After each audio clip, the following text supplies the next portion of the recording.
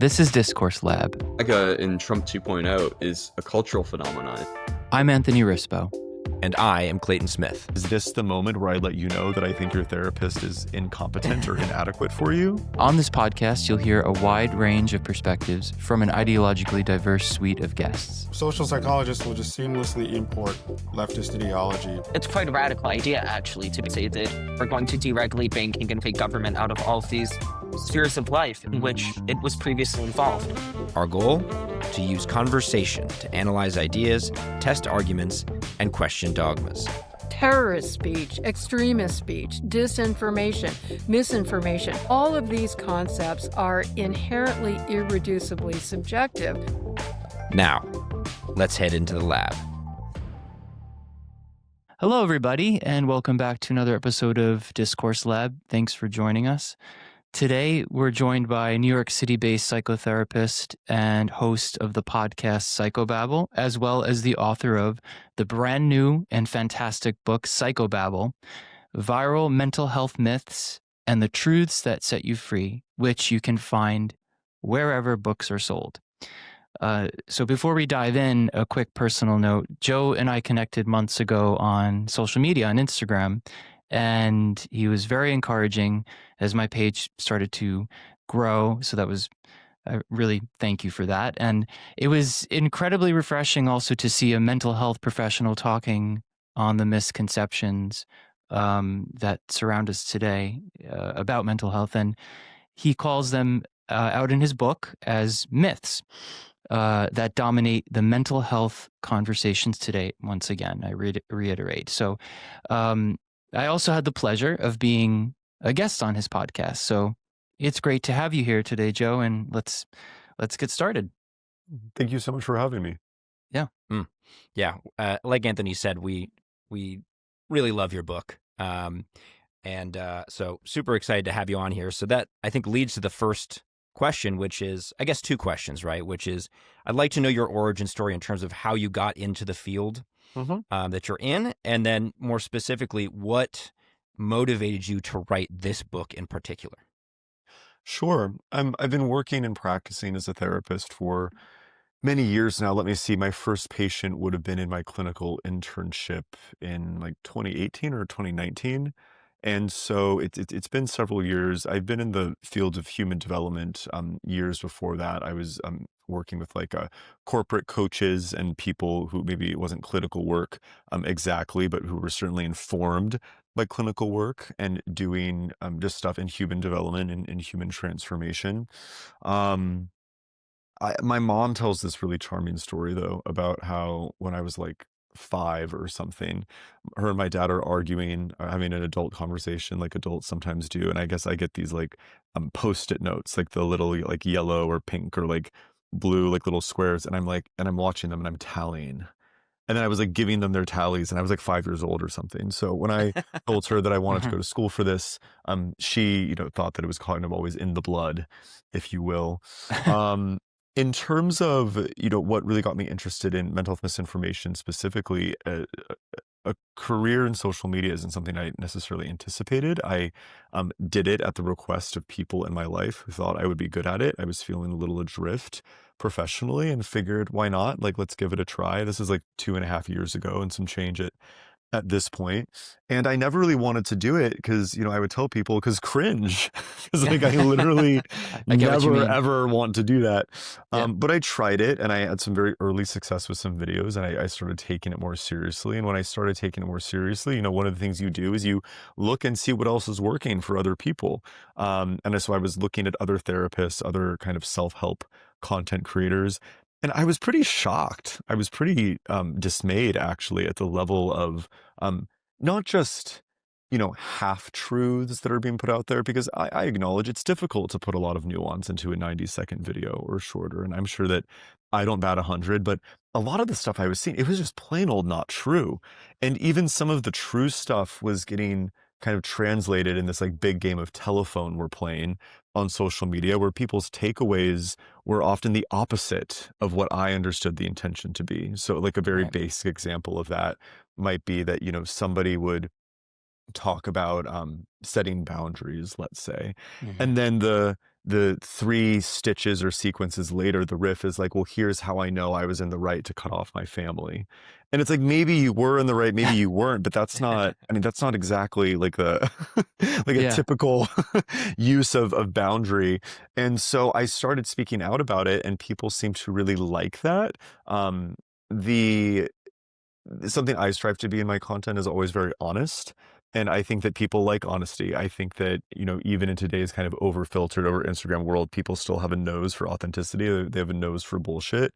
And some people are more than happy to pay for that bullshit if it's a therapist saying how perfect you are and how messed up everyone else in the world is and how none of it's your fault. But I think there's a lot of people out there, and my page is just proof of, and I'm not the only page like this, but my page at the very least is proof. There's a lot of people that, want to talk about the truth, even if the truth is inconvenient. And so that's how I kind of arrived at the idea of Psychobabble, because it is such a complicated subject that doesn't really do well in kind of black and white presentation. There's a lot of nuance, and so it's always fun to be able to carry on the conversation.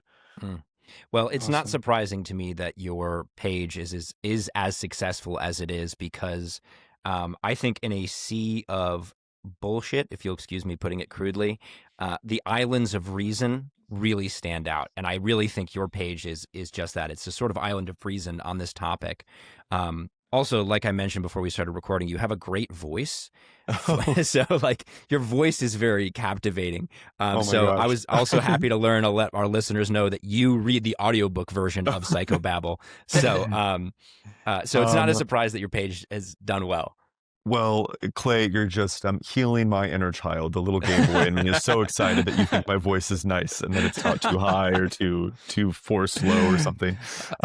While we're doing a plug, it was selected it was one of Spotify's picks of the month for September when it came out.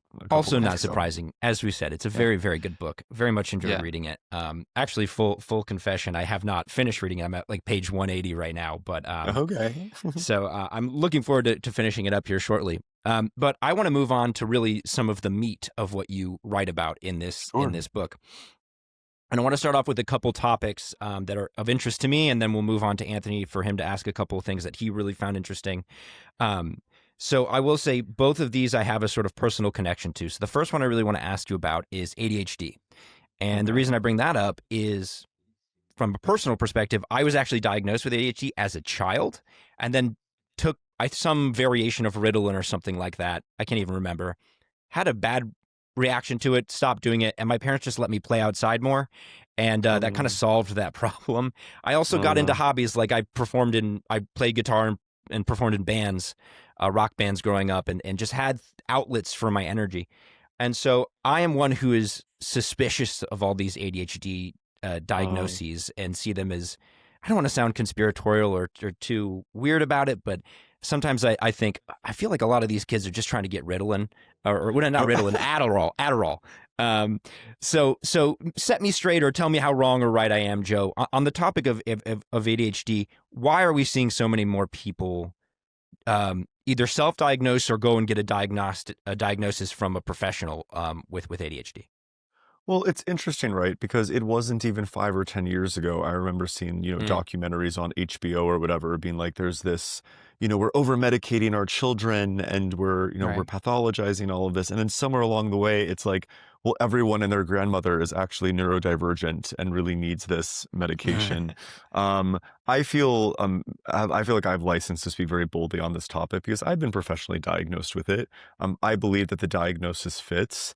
And I know that when I first decided to be open about that on my channels, the team I was working with at the time that was helping me edit actually reached out, and they said they were very touched by the disclosure. And they said, Joe, we really had no idea. And I was kind of like, correct, because, and this is something else I talk about in the book, the purpose of a diagnosis is that it informs a treatment plan. Now, people like to have a little bit of wiggle room with that when it comes to the neurodevelopmental diagnoses like ADHD or autism, because there isn't a quote unquote cure. Mm-hmm. But in my view, there's a huge difference between, the kind of ADHD that, maybe suits you to be better in certain jobs or work better in certain environments. Maybe your brain works a particular way.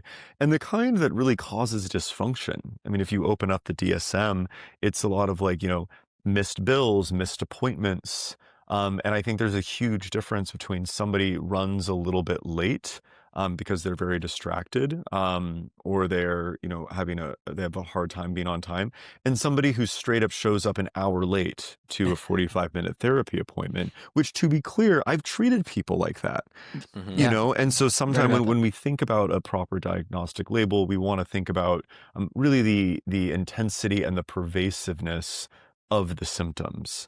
There another kind of comparison could be, it's like, well, some people are very neat and organized, and some people cannot leave the house unless everything is set in its proper place. And they're late to things, and it's causing all this dysfunction in their intimate relationship because the partner doesn't understand, well, yes, I realize that like there's a fork in the sink, but like, can we, like, we're already late, can we go? And they can't let themselves go. And that's maybe something more like obsessive compulsive. And so when it comes to children, that's a tricky one too, because if you're going to be working with children or diagnosing them, you have to be not just separating like the normal life stuff, like, well, some people are perfectionist and some people are a little scattered and a little late. And it's not just that you have to separate that from the ADHD conversation, but you also have to separate any sort of dysfunction from just what we would call like normal developmental, like a variance, I guess. Right. So, when I was little, I had a battery of testing done, and I was not diagnosed with ADHD at the time. My ADHD diagnosis came when I was having just struggles with work in my early 20s. I was like fired from my first job, and a psychologist that I was working with ended up being like, maybe you should go get this checked out. I'm actually surprised no one has pointed this out to you before, type thing. But when it comes to kids, it's very tricky, because when I first got tested, there were all sorts of developmental asymmetries. I was reading at a very advanced level, but socially, I was scoring much lower. Athletically, I was much lower. And people who know me in my life today hear that, and they know me as someone who's very active and very athletic and incredibly sociable. And I think that the internet would have you think, oh, well, Joe's masking, and he just learned a lot of psychology and like overcompensated in these ways, and he's burning out on it. And I would argue no. I would argue that kids develop at different rates, and part of a good education, like a good teacher or a good parent, is going to be about pushing the child in question to develop their gaps, fill in their gaps, and even make those things strengths. Children are incredibly malleable that way. And so it's there's all of that, and then you add on how many kids and teenagers are on social media, and your adolescence is a time where there's a lot of normative kind of identity experimentation. And I think that a lot of people feel seen and feel validated, that their struggles can be explained, or their imperfections or inadequacies as a human can be explained. But I don't know how helpful that really is from a mental health perspective. If for no other reason, it kind of boxes you in to never learning how to be on time, or never learning how Right. to be organized, or whatever it might be. And you touch on this a little bit in the book, where like you said, a diagnosis is meant to sort of then lead to a treatment plan, so you can help manage some of the behaviors or symptoms that you wouldn't otherwise want to have. And it seems like maybe some people like to use a diagnosis as an excuse, right? And so, oh, I have ADHD, I'm sorry I was so late, or I'm sorry this or that. And that can be true, but also it is your responsibility as an adult to figure out how to deal with it, whether it's medication or therapy or both, right? Just a quick anecdote, a funny anecdote.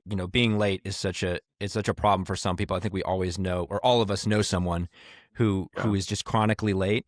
And just a funny story, a buddy of mine, when I was in the Air Force, he used to be so late so often. We would tell him to arrive at hangouts or functions or whatever, like an hour before we actually intended to get there, and he'd still show up 15 minutes late.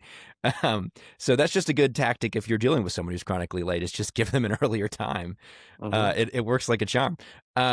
So the next thing that I was really curious about, and again, something that I think we hear spoken about a lot on social media, that people claim to have a lot, which maybe they do, maybe they don't. And as a result, we're seeing a lot of concept creep with this term, and that is trauma.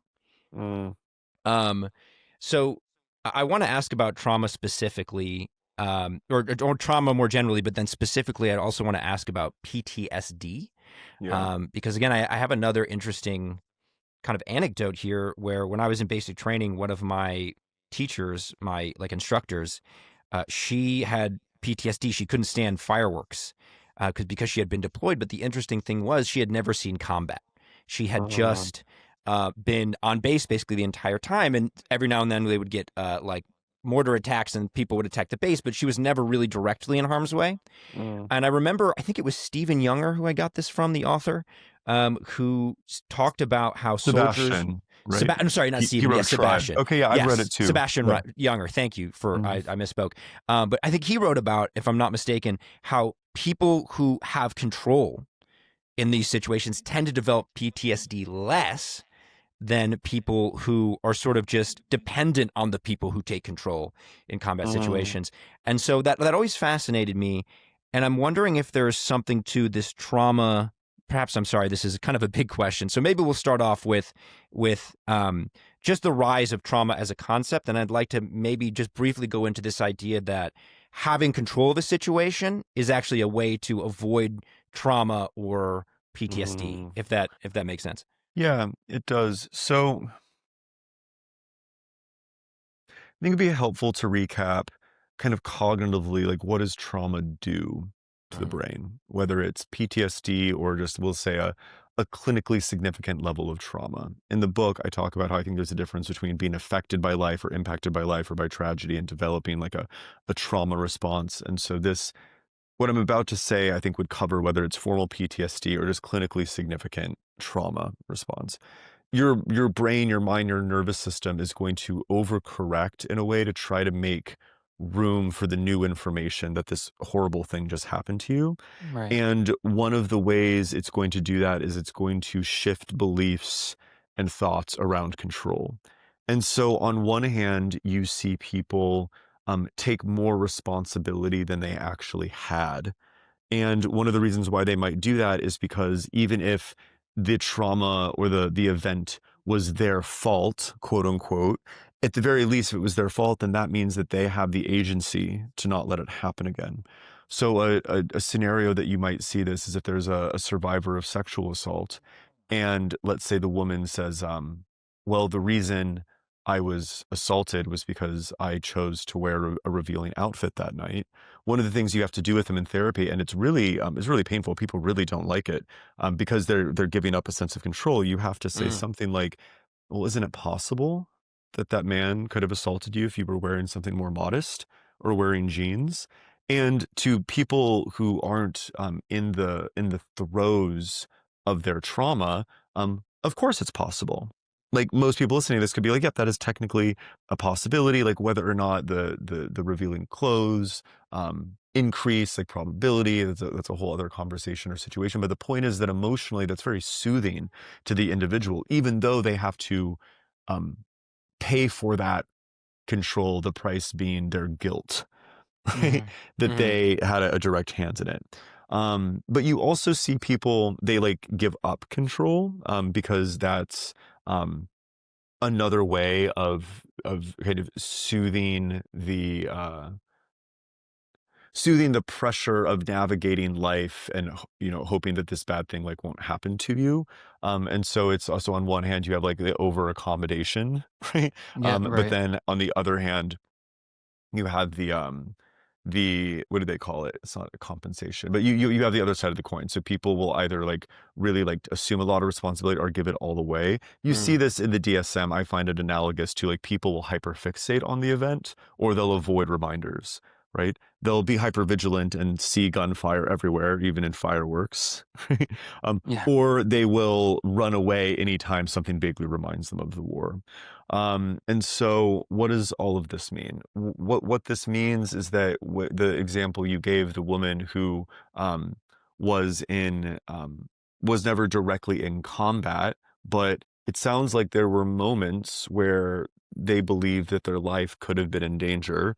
Maybe the base is shaking, maybe there's loud noises, and it's not necessarily up to them. Like, I think it's possible to develop a trauma response. I mean, I'm very critical of trauma discourse, but I think that people can have what we call little t traumas. Like they can develop a very real clinical trauma response to something like, public speaking and it going horribly wrong, or maybe the passing of a pet, or it's just things that are just that most people would consider very minor compared to like a plane crash or a war.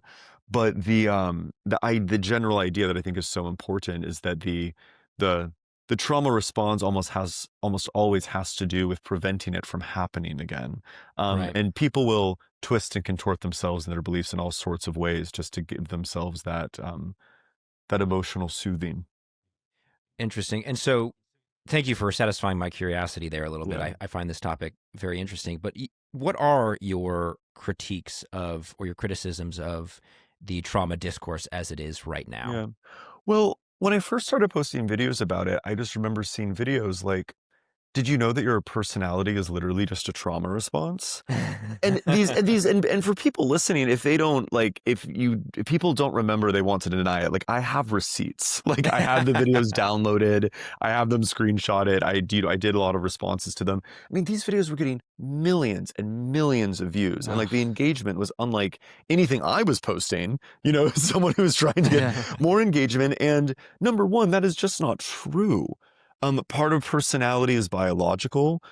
Your personality is arguably more shaped by the positive things that happen to you in life, not just the negative things. So like there's great literature on like sibling dynamics, where like if you are like as the younger sibling like rewarded for differentiating from your older sibling or mimicking them, like that'll really shape your personality development, over being like punished or being like bullied or something like that. So I think that's number one. It's just not true. But two, I think philosophically, I just had a problem with this story we were starting to tell ourselves about ourselves, where it's like everything is so tragic, all the time. I also think that it's, I think other therapists and other mental health professionals that are like very, trauma informed is the phrase they like to use, but they take it to these extremes where it's like everybody has it.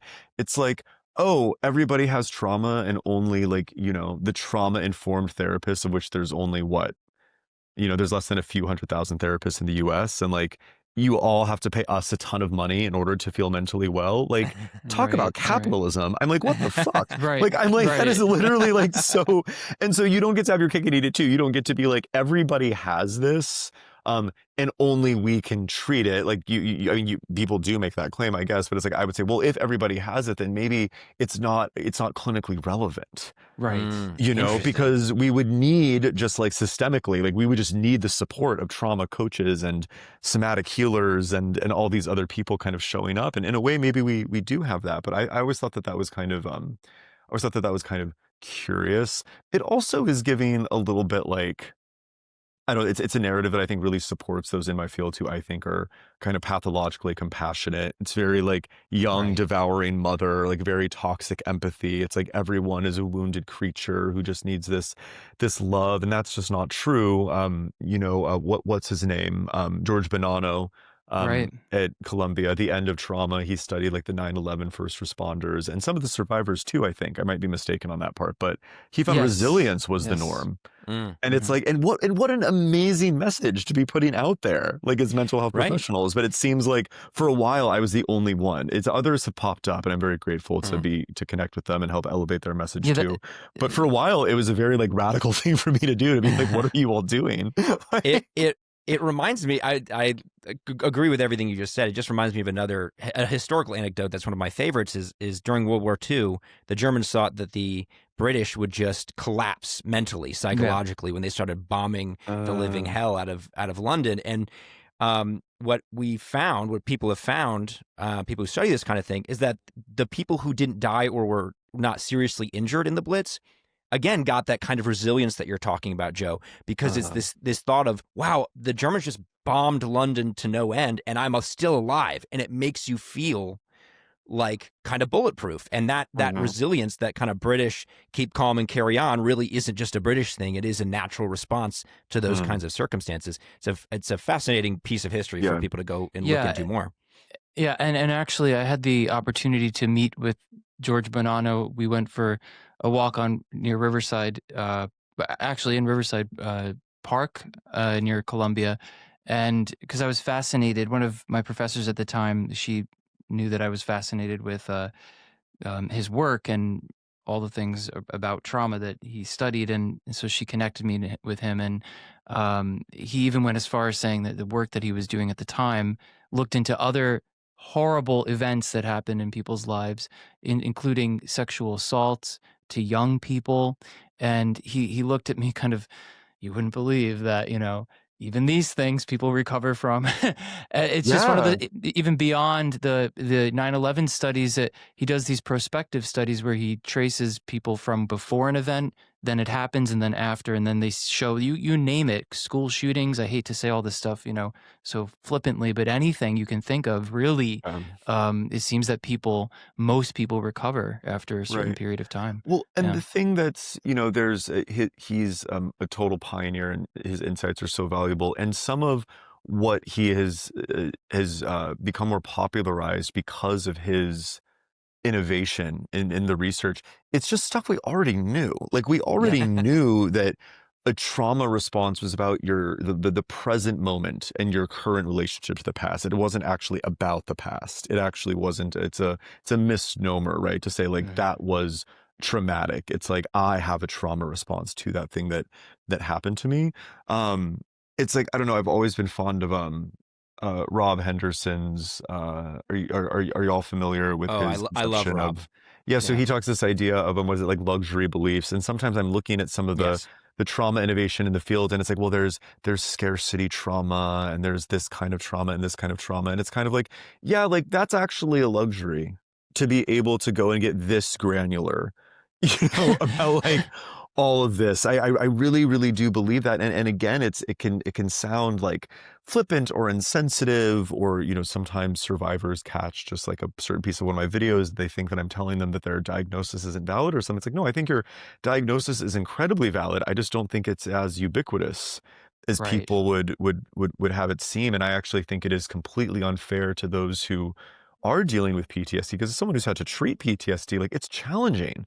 I mean, your nervous system really wants this to not happen again, and you've developed all Right. these maladaptive, compensatory mechanisms. It can really just like wreak havoc on your life. It's different from being impactful. One of the things that I like to bring up when we're talking about this is, I write in the book about it as well, and I've spoken about it in my content, but I write about losing my dad at age 11. And I Yeah. certainly experienced even very, like, I would argue, like, unique and weird, like, trauma responses, like, years after that, that therapy really did help with, by the way.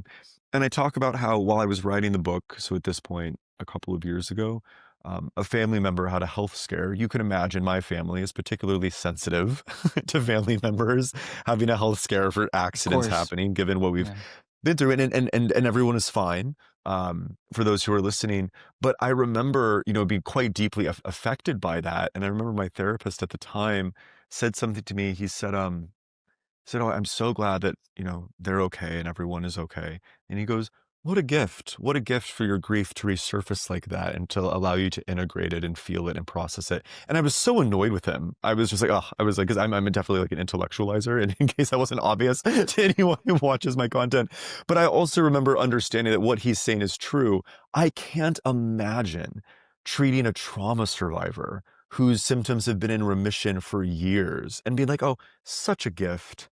Such a gift, you've been triggered and reactivated. Like, no therapist is going to say that. And if they do, if they claim that they would, like, I have questions. Right. But I think that's just one distinction, right? It's like we can have other categories of bad things that happen to us and how we're affected. And I think we need to have them. I think if we flatten everything to trauma and every bad person's a narcissist, and every disagreement is a boundary violation, that's not the promise of the field.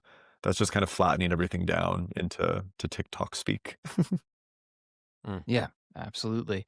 So I think it'd be fun to keep with this sort of theme of, or to actually extend into a different theme, but to capture this idea of diagnoses and how you assess it, well, actually, let me just get into this. The theme, in your book, at least what I get from it is a need to define our terms, hence psychobabble, is both like a concept and a critique. So language becomes kind of unmoored when we stop grounding words in meaning. And But clarity brings its own challenges, of course. As soon as we define terms, we create categories, and categories multiply. And so it gets kind of confusing, and people respond. Some people respond to categories differently. Some become rigid about them, and others reject categories entirely as like oppressive, emblematic of being of systemic oppression. And ironically, both positions are can be forms of rigidity. So my question is, if diagnosis is a framework, which you mentioned in the book, as a framework rather than I guess you don't say this, but you say it's a framework, but I'm saying rather than a fixed ontology, albeit still, composed of discernible and clinically meaningful distinctions. How do categories function within that framework in a way that actually helps you treat patients? So in other words, like, how do clinicians use categories as tools without becoming constrained by them? So for me, whenever I'm working with a patient, I'm always curious about functionality.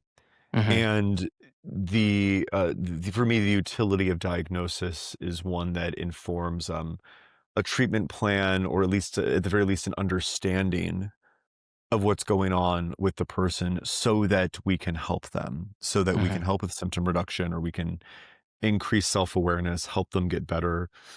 You brought up, Clay, you brought up a try by Sebastian Junger earlier. One of the most fascinating findings of that book was when he was talking about how some of the lowest rates of PTSD in the world are in one of the countries that are always battling someone. It's Israel. Why?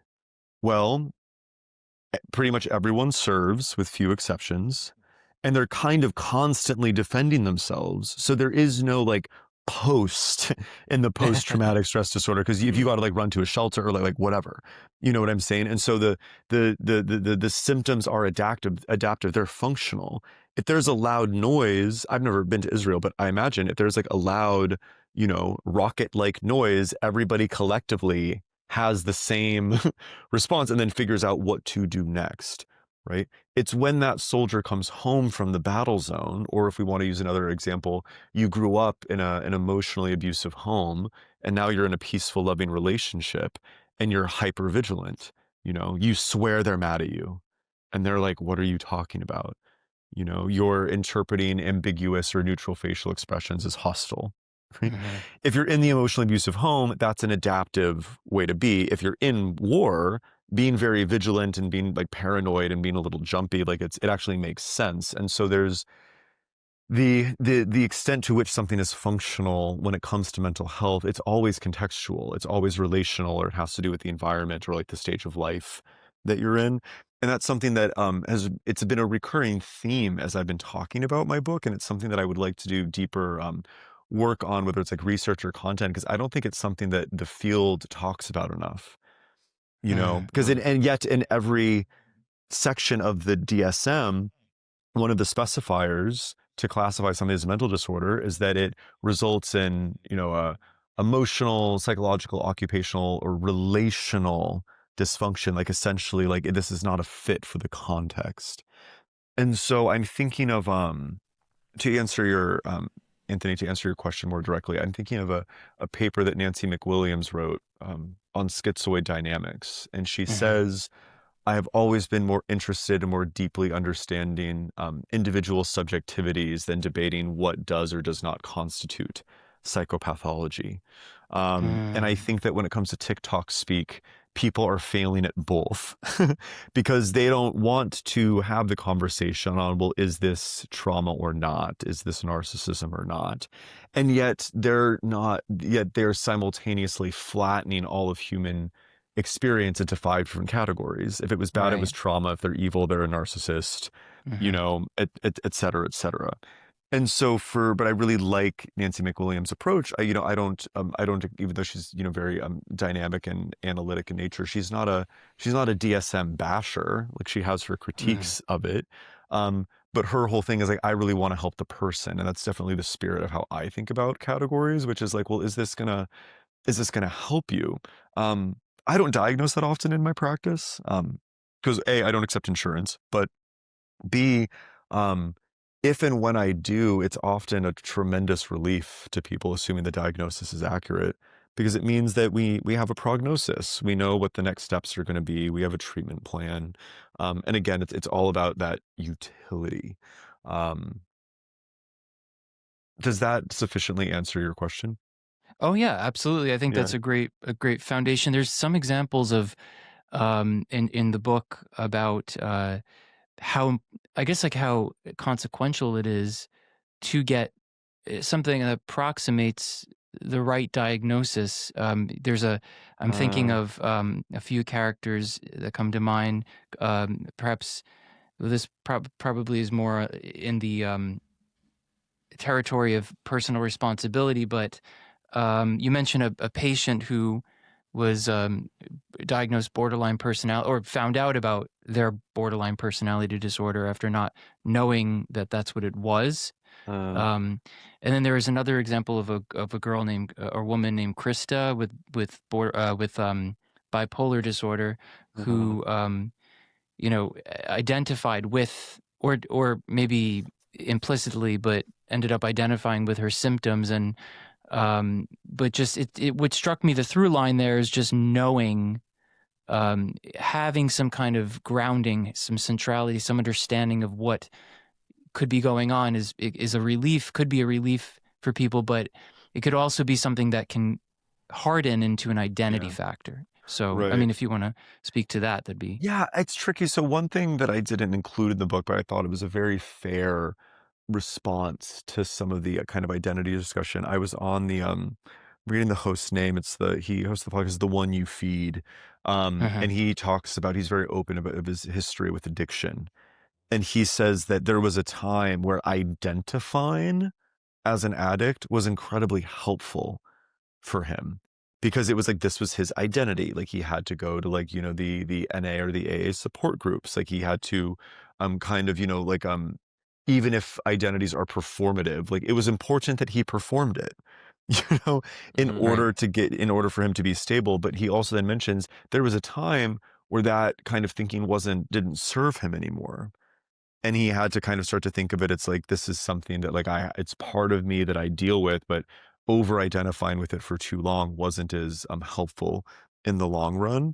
And I think that the idea of, like, how long do you remain attached to the diagnostic label is a super compelling one.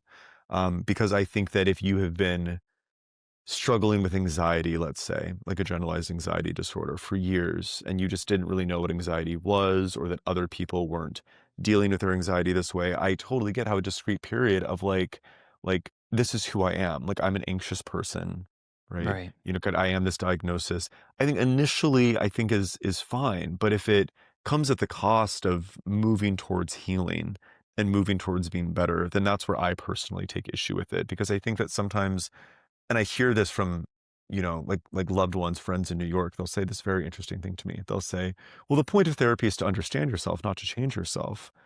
And it's always so awkward for me, because I'm like, is this the moment where I let you know that I think your therapist is incompetent or inadequate for you? Because that's not my experience of being a patient in therapy. And that's certainly not the experience of my patients, Maybe there are some things that you cannot change, but then usually what's happening in therapy is the normalization prevents you from suppressing your feelings about it, and then the suppressed emotions won't correspond with an additional mental illness. That's usually what's happening there. But this idea that therapy is it's all about identity, I think, is an incredibly, ironically, narcissistic I think stance on mental health. And it really turns me off. I don't really care for it, because I think that we're inherently social beings, like I was saying. Like, it's all contextual, right? Not just the level of your dysfunction, but the level of your function. Most people report lots of meaning and, really high levels of satisfaction when they're living, for their children, for their partner, for their colleagues, etc. So.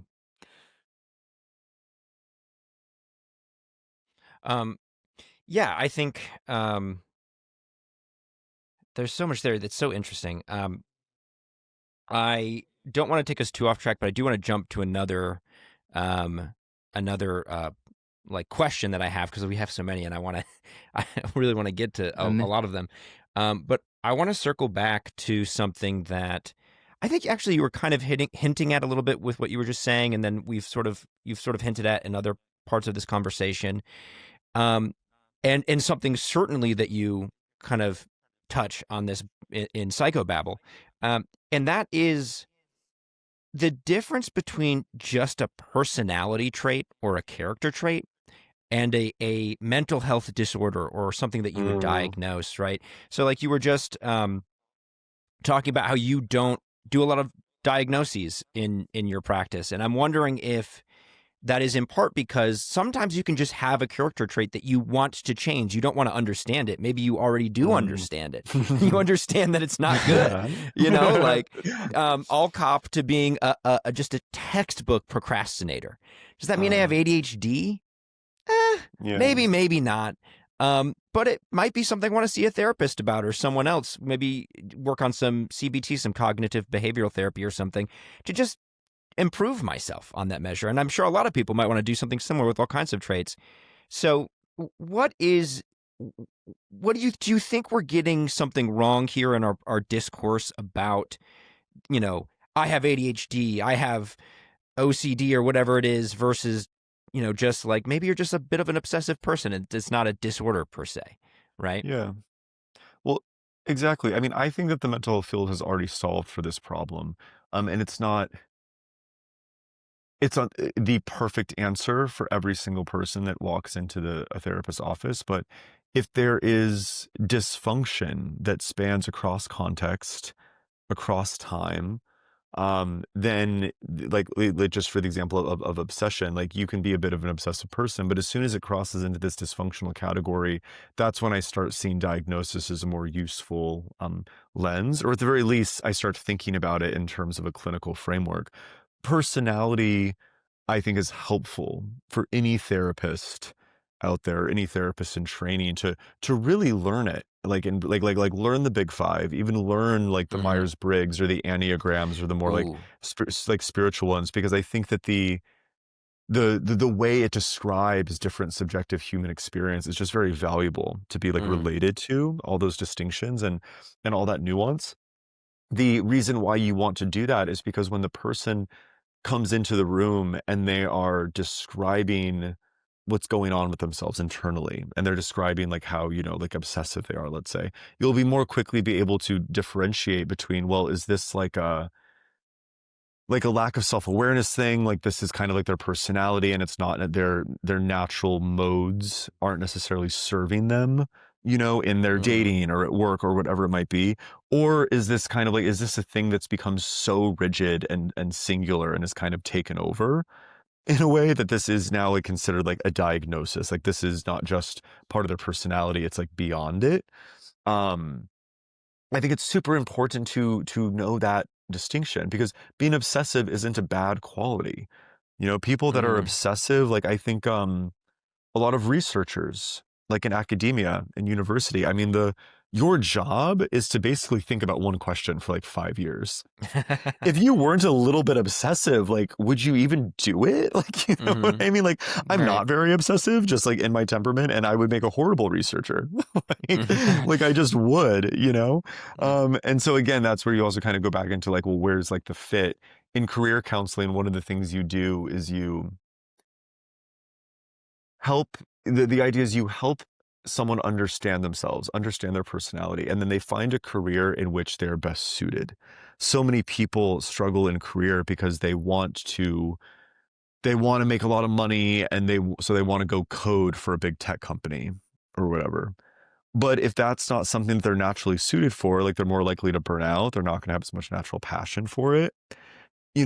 As they climb the ladder of their career, the people that are well suited for it, that have a natural passion, are going to have a leg up on them in terms of promotions and different stuff like that. And so it's, if I'm a therapist and you come in, I think it's very helpful for me to understand that maybe the reason why you're struggling at work is not because like, oh, you have ADHD, like you just can't focus, or like like fill in the blank, like whatever it is. Like maybe it has to do with like, you're not on the most aligned life path. is one of my is one of my perspectives, and and that's why I'm so big on like don't pathologize like everyday life, not just because it's categorically not correct to do so, but because I don't actually think you're going to help that person. I think you're going to hurt them. And I think a lot of therapists agree with that. I don't think that's a particularly well, most of what's in my book, most therapists agree with. It's just therapists on social media that seem to not that most be quite people as see. Oh, totally. Exactly. And so that I always think that's kind of funny because sometimes I'll meet like a colleague or they'll be like, oh, I listened to you on a podcast or like read your book. And they'll be like, I love everything you're saying. I'm like, oh, like I'm expecting like a negative reaction, but I'm like, oh, that's right. Like comment sections are not normal cultural discourse. Like this isn't a thing. Quite and you were talking about actually. You were talking about it before. You had this sort of cringe response to the idea initially of being a content creator, but and I think that's why maybe a lot of the better therapists, the more reasonable, kind of level-headed, open-minded people that you come into contact with in real life, they're not doing it either. But I think that just underlines the importance that people like that get over the cringe factor a little bit and post online and change the narrative for these kids who are going onto TikTok every day or Instagram or whatever it is. I guess Instagram's old news now. It's all the kids are on TikTok. But I do think. I want to go back to something you said at the beginning there. I reacted to it not too subtly, which is when you brought up the Myers-Briggs test. This is something I had down in my notes. I was going to ask about it if I could. Because my understanding is that the big 5 personality traits, I'm maybe getting the title wrong, but like that test. The Factor 5 analysis. Thank you, Anthony. That test is pretty well regarded and is a little bit more researched and sort of substantiated. But that Myers-Briggs is a lot less so. And you talk about this in the book and you sort of defend it while also mentioning that Myers-Briggs isn't as well substantiated. Right. So I must admit to sort of chuckling and maybe being a little bit annoying and pompous when someone says like, I'm an IBJW or whatever I'm an ABCD. And I'll be like, all right, they don't know that Myers-Briggs is a bunch of bullshit. Okay. But, you kind of defended a little bit. So go into, am I wrong, first of all, about Myers-Briggs? And then if I'm not, like, what is the use case for something like that? So when this subject comes up, what I like to tell people is, criticizing a personality framework for not being evidence-based or not, objectively describing reality. It's a little bit like criticizing a restaurant's menu for not being a cookbook. It's just not what it's for. My view is that personality frameworks, whether it's astrology or whether it's the 5-factor model, the purpose of them is to be reductive. It's to simplify reality down or human experience down into different distinctions. So something new can be illuminated, something useful can be illuminated, and then it gives you like a very valuable shorthand. So for an example, Anthony, because I know you're probably even more fluent than I am in the 5-factor model stuff. If I tell you that I'm moderately agreeable, highly compassionate, but score very low in politeness, you have a pretty immediate understanding of what I mean and why that's kind of a funny combination, right? But actually makes a lot of sense if you know me, right?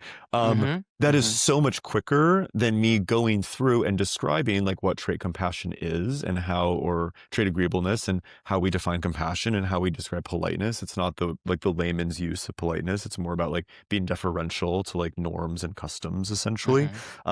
And all that stuff. And so I find that if it's, like if you're working with a couple and if they're getting value from understanding, that, this is, this is because I'm a Sagittarius, or this is because I'm an ENTJ, or this is because I'm this or whatever. Like, I think it's incredibly value from a human connection standpoint. Now, much like diagnosis, which is its own reductive framework, there is the risk of it being performative. There is the risk of you kind of boxing yourself in.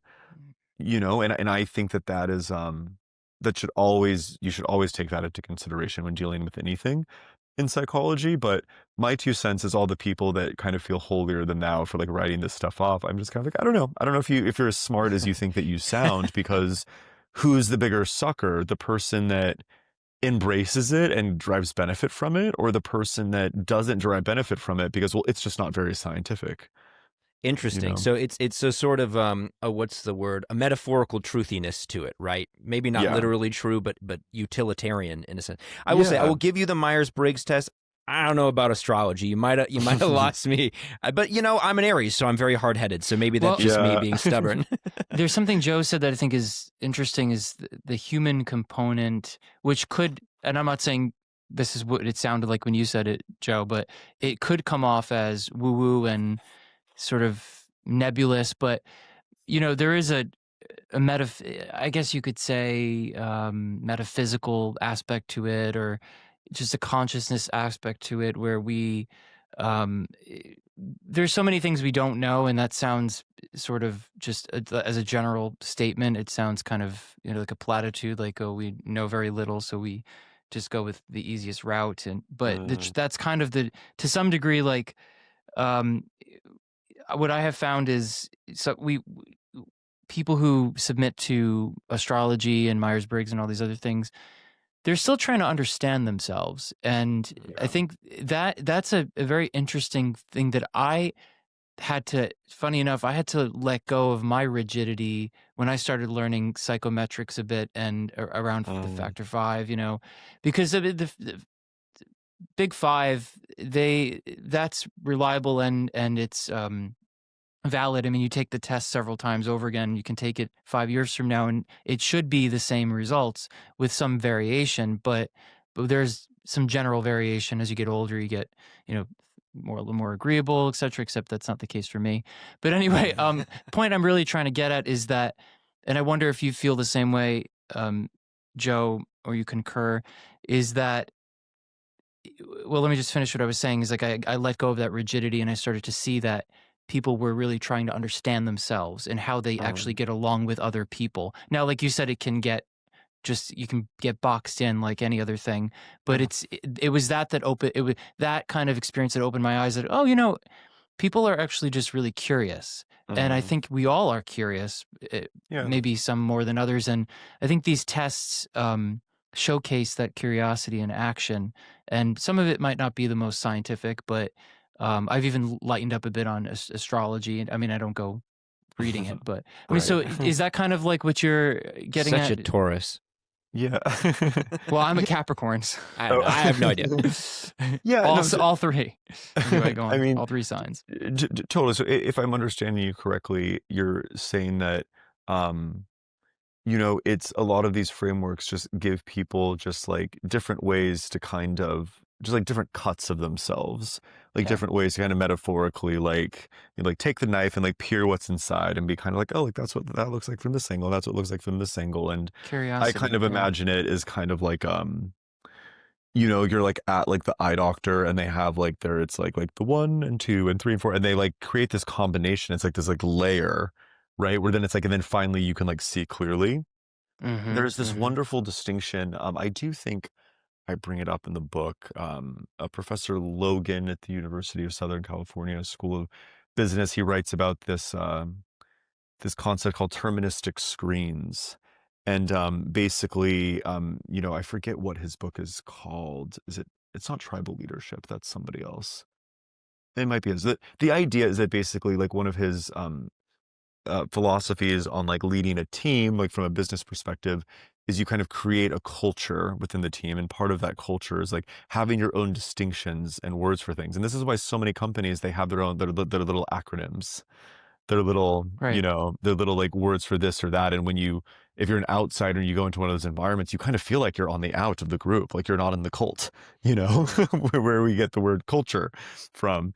And what he talks about is, he says, a terministic screen, when you start to develop a jargon about something, it's very, very tedious until there's this moment, this aha moment where the light bulb goes off, everything clicks, and you have this new lens on the world. And I think that when it comes to personality frameworks for people who like them, have taken the time to learn them, I think that as long as you don't get kind of boxed into one and you learn multiple, and like you learn how to view things from multiple perspectives, and you understand how to just continue to be curious, I believe that you can have what I have. You can have that kind of personality lens, that terministic screen. Right. And so then, and I think that's one of the things I love about, psychology, specifically personality, is, if I'm, like I score incredibly high in trait openness, just as an example. And I have some family members who score lower in it, but I don't make them wrong. like they're Yeah. not Mm. like we're different, and there's some benefits to being high in trait openness, and there's some downsides, that I have to be responsible for. And so that's why I love the 5-factor model. I love how it gives you your score like in your percentile of the testing group, Right. so you can kind of compare yourself where you are with others. That's why I love Enneagram. I think it's given me such empathy for people who are different from me. Mm. It's like, oh, that's what you're prioritizing? Like, that's why you behave this way? It's like, oh, like, great. Like, I'm so glad I know that. I used to think you were just weird. Now I know you're just a Weird little and different from nice. me. Yeah. Mhm. Spoken like a true Libra. Sorry, comedy comes in threes. I had to make the joke 3 times. So, okay, this is all very interesting. Let's see, what else do we want to cover here, Anthony? I feel like we Oh, I missed have something. I have a few things. But I don't Well, want to step on your. You no, you have go for it. Yeah, I want to get into some of the social stuff. So, um, you know, it's later on in the book you talk about locus of control, internal and external locus of control. Um, Mm. and this is, I believe this is myth 25. Your mental illness is a systemic problem. Mhm.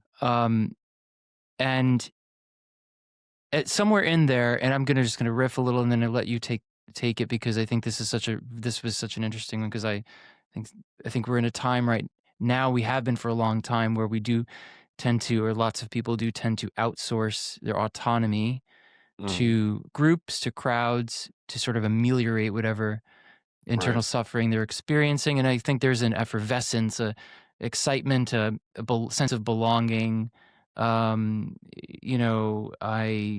felt that myself in my 20s as a emerging young gay man. I was on your show. We talked about that quite a bit. But the gist of what I'm getting here is that there's a balance. Well, first, I'm going to ask you to define it for the audience, internal and external locus of control, what that is. But what I got from it actually kind of helped me too, is this balance sort of reminds me of the Serenity Prayer. Mhm. And it's kind of Mm. funny that I say that, Oh. because because I went to a wake yesterday of a family member passed away after a long illness. And the funeral cards, you go in, pick those cards up, and the prayer cards, and in the back was the Serenity Prayer. So I just happened upon that part of your book about locus of control, and I thought, I'll give you the floor in just a second, but just that was such a nice feeling to think, sometimes there are outside factors that plague us, and we don't have control over that. And that's kind of where the crux of it is, right? We don't have control, but it's kind of like how we deal with it.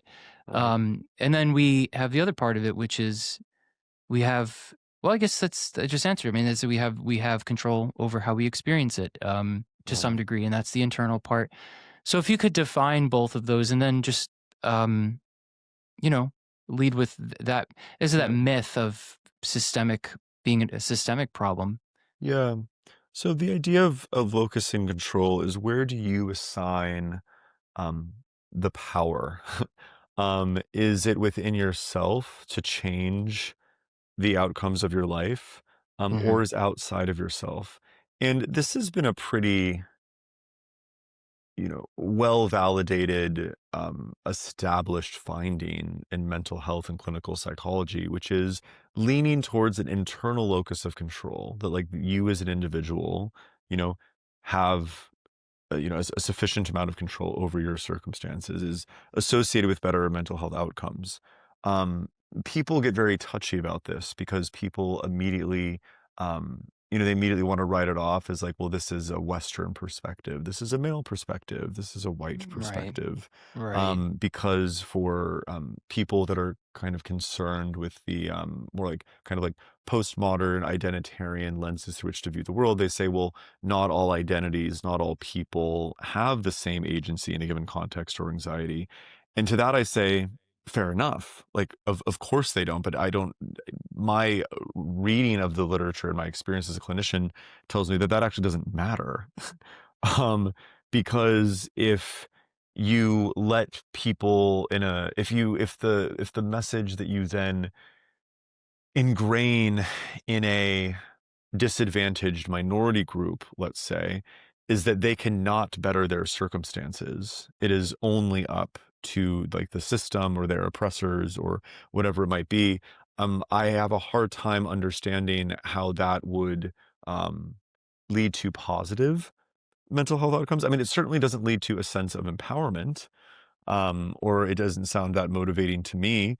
I think that it's important to note that when I talk about prioritizing internal locus of control, it's not an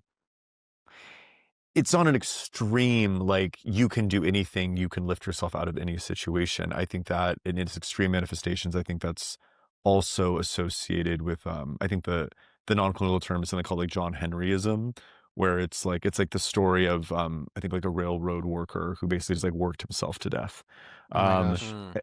and so I like, and I totally get that, like, but like having like delusional beliefs that you can accomplish things or change facets of reality that are not within your control. Like, I don't think that's good for your mental health either. But in general, I do think that there's a balance. And what I write about in that chapter is it's also about context and function, right? Like I write about a patient who comes in and they're being so hard on themselves, you know, and for me, like normalizing that, you know, like anyone who has met these tough circumstances that are not necessarily that patient's fault is going to struggle. You know, it's not necessarily going to be easy. That ended up being curative versus other people come in and like them feeling hopeful, feeling empowered, feeling like they can actually do something, even if it's just baby steps. Like that's what needs to happen then. And so I'm not very either or about it either, but it's for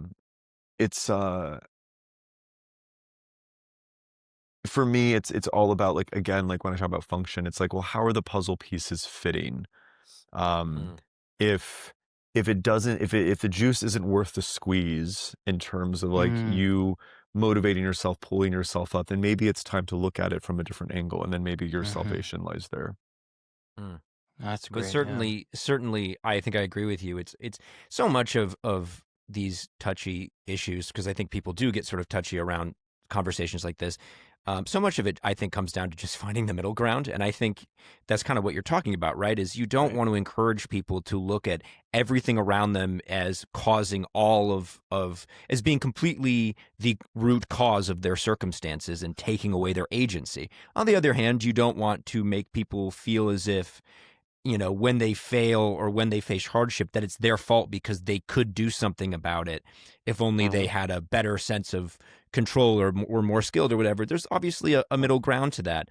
Sometimes to use that classic wisdom, sometimes shit happens and it is out of your control. I mean, the Serenity Prayer, to your point, Anthony, covers this. It's like, I'm going to paraphrase, but give me the wisdom to know the difference between the things I can control and the things I can't. And I do think we see a lot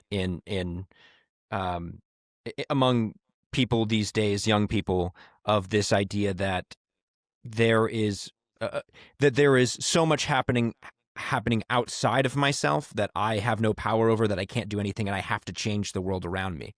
Which, again, to an extent is good. To an extent, trying to change the world for the better is good.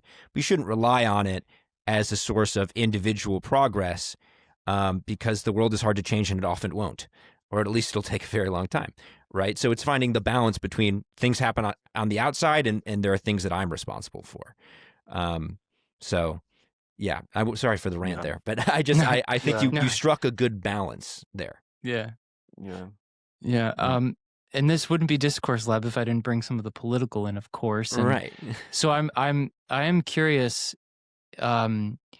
It's later in the book, Myth 30, therapy is not political, and that's the myth. It's labeled therapy is not political, and you talk about a collectivist approach, which I'll let you explain what that is, and it's something that I'll preface with this, that it's something I've been watching since the pandemic, probably was before the pandemic. I had an ideological shift after the pandemic myself. But this idea, I guess, just to preface this section a little bit, kind of a smorgasbord of ideas, sort of the idea of victimhood, the idea of validation just by default, like the kind of the difference between your experiences are valid versus they're valid in terms of the logical layout, like they're true and they're in the realm of reality. But apart from that, because I think you mentioned that earlier in the book, but this part kind of mixes with that kind of well, because there are certain types of therapists who focus on a collectivist approach. And so if you can dive into that whole myth of therapy is not political and then the collectivist approach, I think this will be juicy. Right. So Juicy. the thing that's kind of funny about addressing this as a myth is that there are so many therapists out there, particularly ones with public presences, but not just them, who will openly tell you they believe that therapy is political and that it should be political and that it's ethical for it to be political. So this is not like this is not me like airing my industry's like dirty laundry or something. Like this is like, no, they'll tell you. Like they're Right. completely open about it. One of the articles I cite in this chapter, Therapy is Not Political, to demonstrate that therapy is in fact political, is this blog post with the company BetterHelp, huge therapy platform. And it's this article where it's therapy is political and it's high time that we acknowledge this. And they go on to write about how we need to prioritize what I term like a collectivist approach. We need to take this systemic approach to justice, and that is the real way to improve mental health. And the idea is that, well, if we advocate for policies that will help relieve economic burden, let's say, that stress relief that is theoretically provided by those policies will improve somebody's mental health. And to that I say, absolutely, like fair enough. I do get where they're Right. coming from.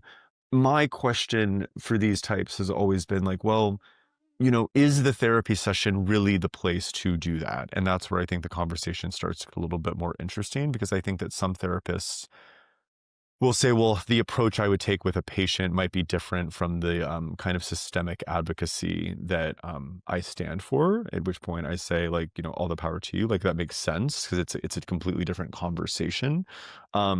Some therapists go, and again, like, this is not a secret, will go like as far as to say, it's like, well, I don't know if it's, ethical to, kind of treat this patient that is being systematically disadvantaged because I believe that their symptoms are from systemic inequities or systemic oppression. And Right. therefore, like, I'm actually just further perpetuating these systemic inequities and oppression. And therefore, it is not ethical for me to actually give you treatment, because what really needs to change is the system. And that's when I start to take issue with it, because I'm saying like, oh, so you're going to prolong your patient's suffering for your ideology.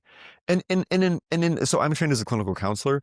In the clinical counselor's defense, who takes this stance, our ethical code doesn't make it that obvious, because we have these codes of respecting autonomy and not doing harm and doing good, and then we have this other codes that's kind of like, well, stand for what do they call it? That's a multicultural approach to justice. And so I think that the field is the reason why it might sound a little bit confusing and paradoxical, is because the field itself is confused and full of Right. paradoxes on this. And that's one of the reasons why I included the chapters, because I think it's important to talk about, and just be very frank. I mean, my stance is that if what you want to do is prioritize systemic change, you probably shouldn't be working with people one-on-one for their mental health care. And I don't think that that's, and maybe it's a radical thing to say, I don't think it is. I think it's kind of like, yep, like this is, like, it just doesn't make sense to me. I know I've been trained how to help individuals, not how to change systems. Right. And Yeah, I would, that's right. Yeah. yeah, I guess I was just gonna say, and then you go, I would love to hear, if any like therapist or, clinical educator is listening, like, what is the course in grad school where you teach us how to do advocacy? Right. Like, was it multicultural counseling? Like Yeah. what was it? And like, what steps do you want me to take besides, supporting certain policies that would in theory help mental health, which I do, and I'm happy to do, but it just doesn't seem to me, it feels like we're gonna feel good about this, but I don't know if it's a situation where we're doing good.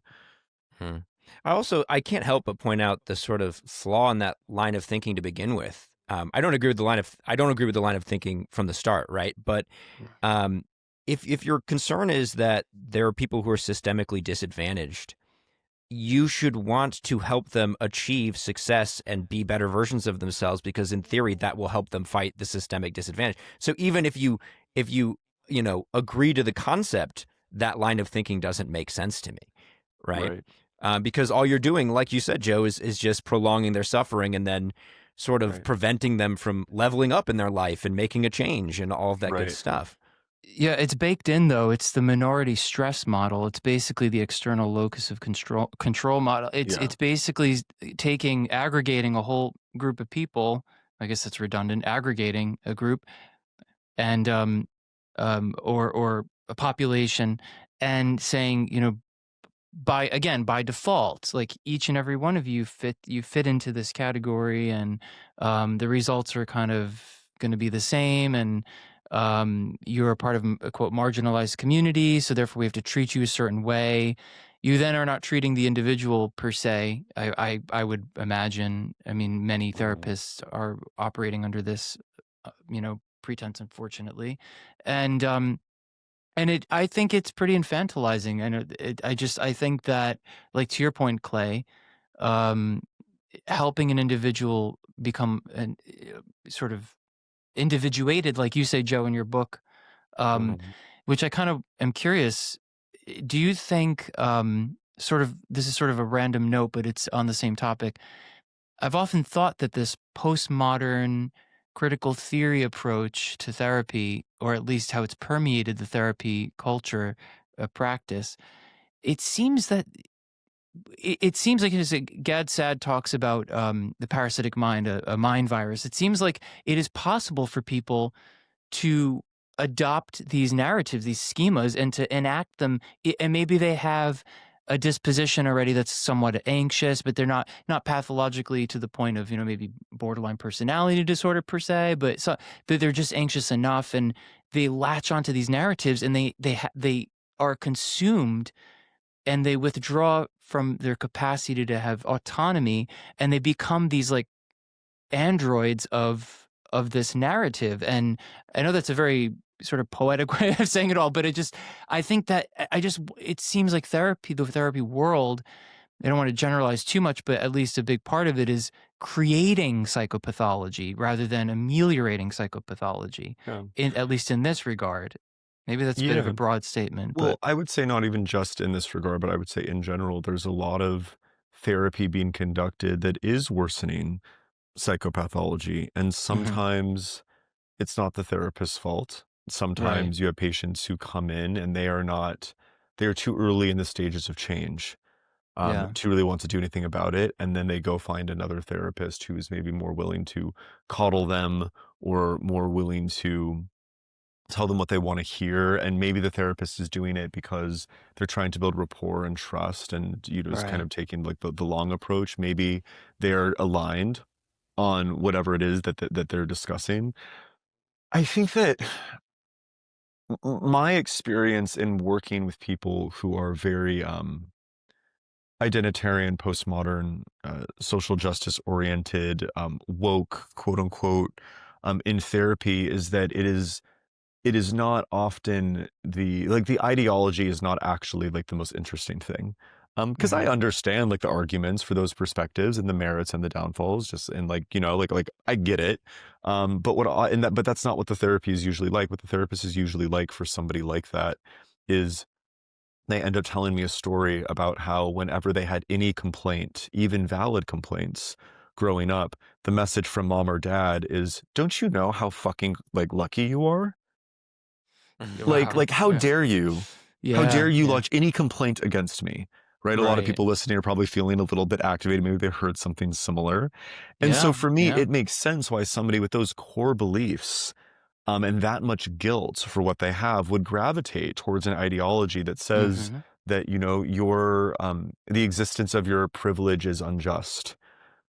It makes perfect sense to me. And for me, I've never once had to, quote unquote, change somebody's ideology or philosophical worldview. In fact, the vast majority of the time, they're more aligned with that worldview towards the end of treatment. But what's different is they're able to conduct themselves differently. I'm thinking of patients I've had who didn't want to work on certain things in therapy. They didn't want to talk about certain things because, but other people have it so much worse, Right. you know, or Mm. what, or whatever it is. And so but usually what happens at the end is they are more mentally well, they're better regulated, they're more integrated, and then they get to go be an advocate for the stuff that they believe in a more emotionally regulated way. And that's I mean that's one of my very strong beliefs about mental health and politics. It's just kind of like, it doesn't matter what your political stance are. I think there's a very powerful argument to be made that you being mentally unwell and emotionally unwell, you having a mental disorder, is not going to help you advance the cause that you care Right. about. Mhm. And Right. I think that anyone can hope to benefit from therapy and turn around, and then once they have kind of helped themselves, maybe they're a little bit better at helping the world. So what I'm getting is they're carrying, at least for some people, carrying the burden of that sort of dissonance, that pain, the those infractions, the punitiveness from that period of time with their family, whatever, you know, and carrying that into the political sphere to displace it, to feel like maybe they're healing themselves. And you talk about empathy, you talk about people who claim to be empaths and versus agreeableness. And it really it hit me when I read that. I thought, I've been thinking about this for a while, about people in the political sphere, in the activist circle, who are really at it for justice and to prevent harm reduction, you know. Right. And a lot of it strikes me, well, some of it is because people really do want to reduce harm, for sure.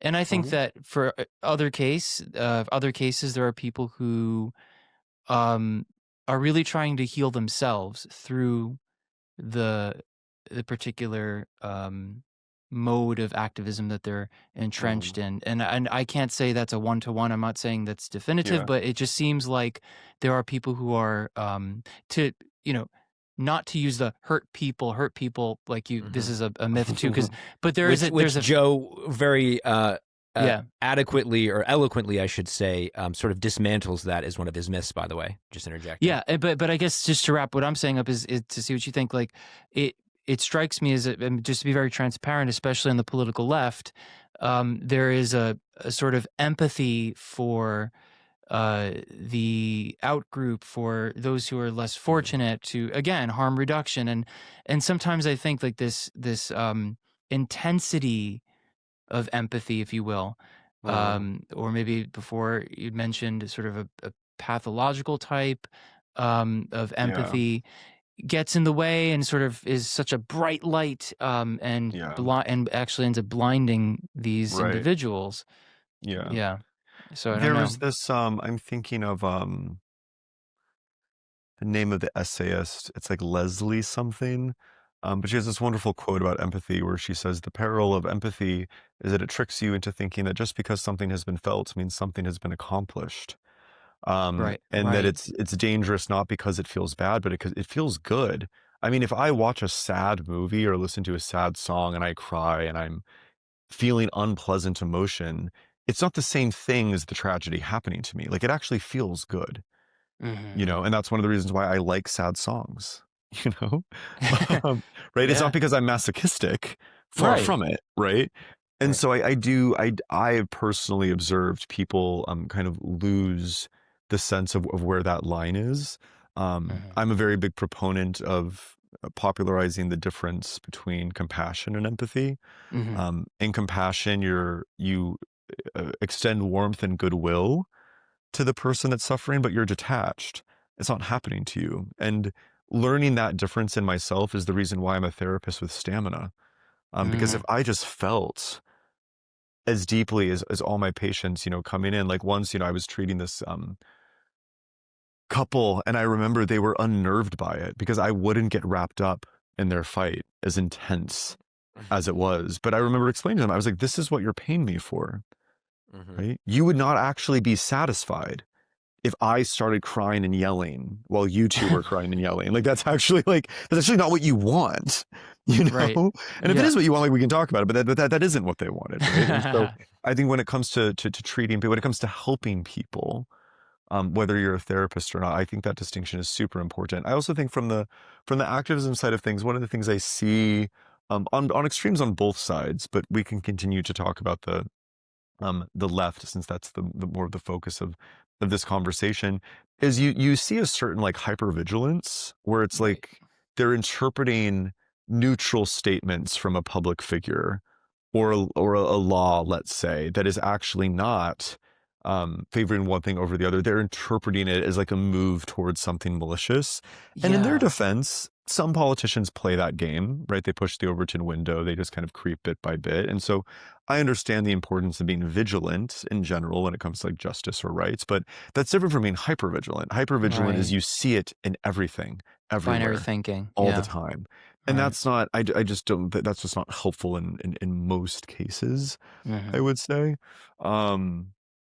Yeah, I also think it's something that, it's not something that I really understood when I was younger, that, empathy could be dangerous, Yeah. right? And that like, because feeling coddled feels good, being comforted like that feels really, really nice. It wasn't until I got like older and had perspective that I was like, oh, maybe that may have felt good, but that wasn't good for me at the time. And people Right. have a hard time hearing that. They really Yeah. do. And part of it is because they have to figure it out on their own. It's You know? cognitive work. It takes a lot of frame switching. You have to Yeah, really, yeah. totally. Right. Yeah. Well, I mean, you think about like, well, how do you show up for like, or you're like a partner, like the Right. person you're married to, or like your primary like loved one. It is not loving to just unconditionally like accept them all the time, because if they're conducting themselves in a way where they're being harmful to you or to your reputation as a couple or to your children, like you actually have to be like, no, like this is not acceptable. And like you have to be with someone you're intimate with. That is so painful.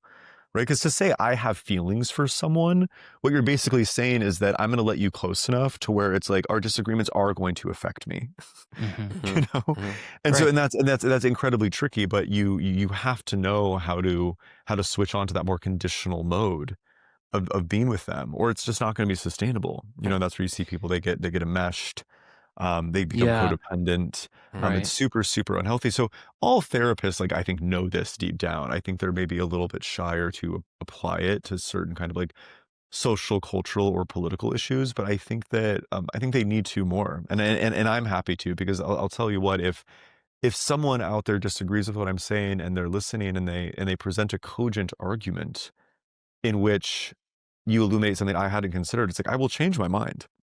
But it has just not been my experience putting myself out there on issues like this that people have done that, and Right. maybe that's arrogant of me to say, but it is also my honest perspective.